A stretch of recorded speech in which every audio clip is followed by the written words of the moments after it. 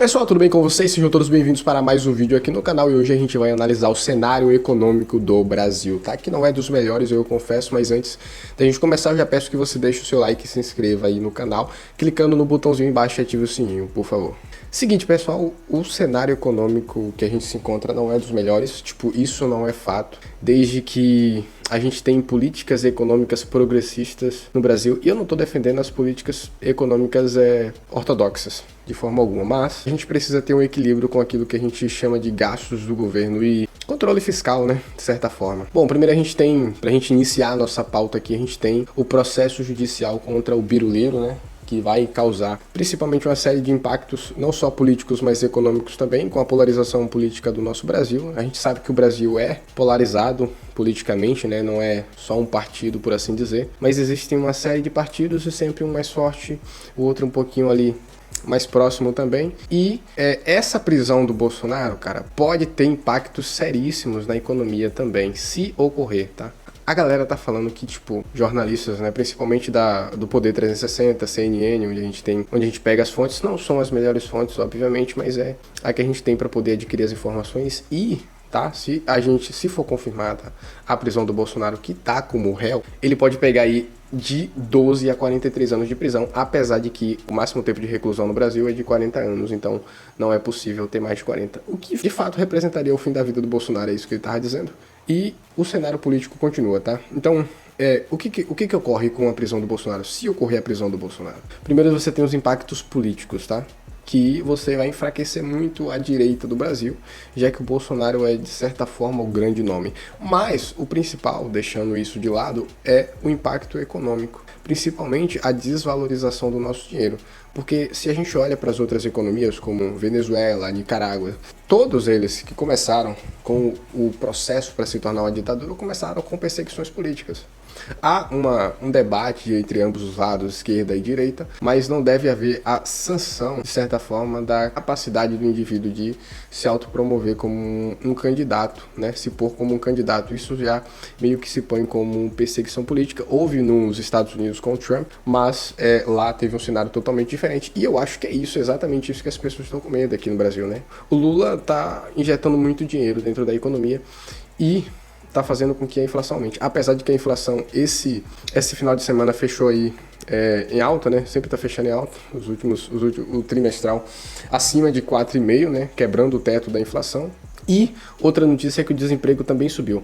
Mas, para fechar aqui a questão do Bolsonaro, cara, primeiro, se você tem a prisão do Bolsonaro, você tem os investidores fora do Brasil que olham com maus olhos. Se eu fosse um investidor que tivesse bilhões, milhões investidos aqui no Brasil, eu tô vendo um cenário um pouco estranho. Meio que, cara, perseguição política, etc. Não tô caracterizando necessariamente como prisão política, perseguição política, mas tá um cenário um tanto quanto estranho. O mundo como um todo, cara, tá um cenário um tanto estranho. As pessoas, os grandes bilionários construindo bunkers, tá? O Mark Zuckerberg já gastou milhões para construir bunker. A gente sabe que é uma cultura, sim, deles terem bunkers lá fora, mas, todavia, no entanto, isso é muito estranho, eles estarem investindo tantos milhões de dólares em bunkers, tá? A gente sabe que essa galera, eles têm informações privilegiadas daquilo que vai acontecer no mundo, então a gente precisa ficar atento a tudo isso que está acontecendo no mundo. Outra notícia é as pessoas ou os grandes bilionários pegando o ouro de volta, fazendo reserva de ouro. Eu vou tentar deixar as matérias para vocês aí na descrição. Então, essa alta do ouro, nos últimos 5 anos, o ouro vem estando em alta. Todas as vezes que as pessoas, os grandes bilionários, tá? E isso é um indicativo muito claro. Todas as vezes que os grandes bilionários, preste atenção nisso que eu vou te dizer, todas as vezes que os grandes bilionários estão juntando para si ativos com baixo risco, por assim dizer, todas as vezes que os grandes bilionários, preste atenção nisso, todas as vezes que os grandes bilionários estão juntando bens com baixo nível de liquidez e com alto nível de segurança, é porque provavelmente eles estão esperando uma crise essa que eles já sabem que vai acontecer e que a gente que não tem tanta informação assim não tem como saber. Por isso a gente precisa estar atento ao que os grandes bilionários estão fazendo, tá? Fechando essa questão aqui do Bolsonaro, os Estados Unidos anunciam uma taxa de 25% sobre importação de carros, tá? O que pode ser uma medida ruim. Eu não defendo os Estados Unidos por eles porem taxa, tá? Taxa tanto no Brasil quanto nos Estados Unidos é ruim, não vamos ser puxa-saco, mas vamos expor aqui o que de fato é na mesa, tá? Se eles põem uma taxa de 25%, a galera estima que cerca de 75% das importações de carro vão acabar. Cara, essa é uma matéria lá do CNN, provavelmente 75% é a estimativa que eles têm para diminuição de importações de carros. Isso vai fazer com que os preços aumentem muito nos Estados Unidos, tanto de carros, de veículos importados, faz com que o preço de todas as coisas aumentem também, de certa forma, porque todos os transportes muitas vezes dependem de transporte rodoviário. Agora, quem é que acaba saindo muito prejudicado nisso? A China, né? A China é que importa carro, principalmente a BYD, mas quem acaba sendo muito beneficiado com isso é o titio Elon Musk, né? Mas, todavia, no entanto, para a população dos Estados Unidos é uma medida ruim tomada pelo Trump, tá? A gente tem reformas econômicas em discussão no Brasil, tá? A gente tem um alto nível de inflação, perdão, e a gente tem um baixo nível de desemprego. Para quem conhece um pouco de economia, sabe que a curva de Phillips, que correlaciona o desemprego e a inflação, tem que seguir, e tem seguido no Brasil, uma correlação muito clara. O desemprego tem caído, mas a inflação tem aumentado e o governo precisa controlar isso. No entanto, é ano de eleição e o Lula vai querer injetar dinheiro dentro da economia para poder se reeleger em 2026 ou para poder lançar um candidato à altura, né, teoricamente, de popularidade. E, de certa forma, me parece que vai ser um ciclo sem fim.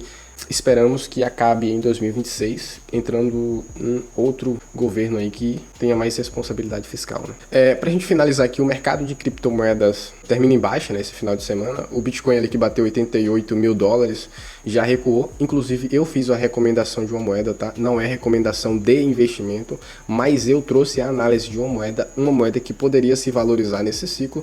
E uma semana antes do Bitcoin dar essa nova alta, a moeda se valorizou 80%, ou seja, eu postei o vídeo uma semana antes e uma semana depois a moeda se valorizou 80%, batendo 110% de alta, tá? Foi a Mobcoin e eu recomendei outras também.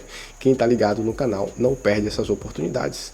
Quem comprou no momento certo, que eu demonstrei o vídeo, não é recomendação de investimento, mas são boas oportunidades. A moeda reagiu muito bem, fez 110%, você pode conferir lá no CoinGecko, e caiu de novo. Quem comprou no momento certo, conseguiu fazer 80%, 50%, 60% de lucro, muito bom, tá?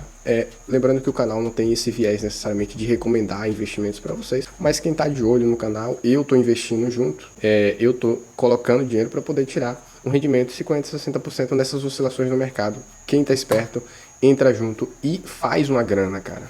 As altcoins principalmente apanharam muito, a gente tem o Ethereum que caiu bastante e Memecoin nem se conta, tá? Então caíram muito. Para finalizar, o mercado de ações, né, o Ibovespa aí acaba o final de semana com 131 mil pontos e algumas ações aí tomando pau, outras ações indo bem, mas é isso. A gente espera que o mercado se recupere lá em 2026. Quem está investindo, a taxa de juros está muito alta, então claro que os investimentos à parte vão tomar pau, né? Tanto fundos imobiliários quanto fundos de papel, fundo de tijolos, etc. Todos vão tomar pau, ações de empresas vão tomar pau, porque a taxa Selic a 15%, cara, é imbatível. Não tem como combater com a taxa Selic a 15%.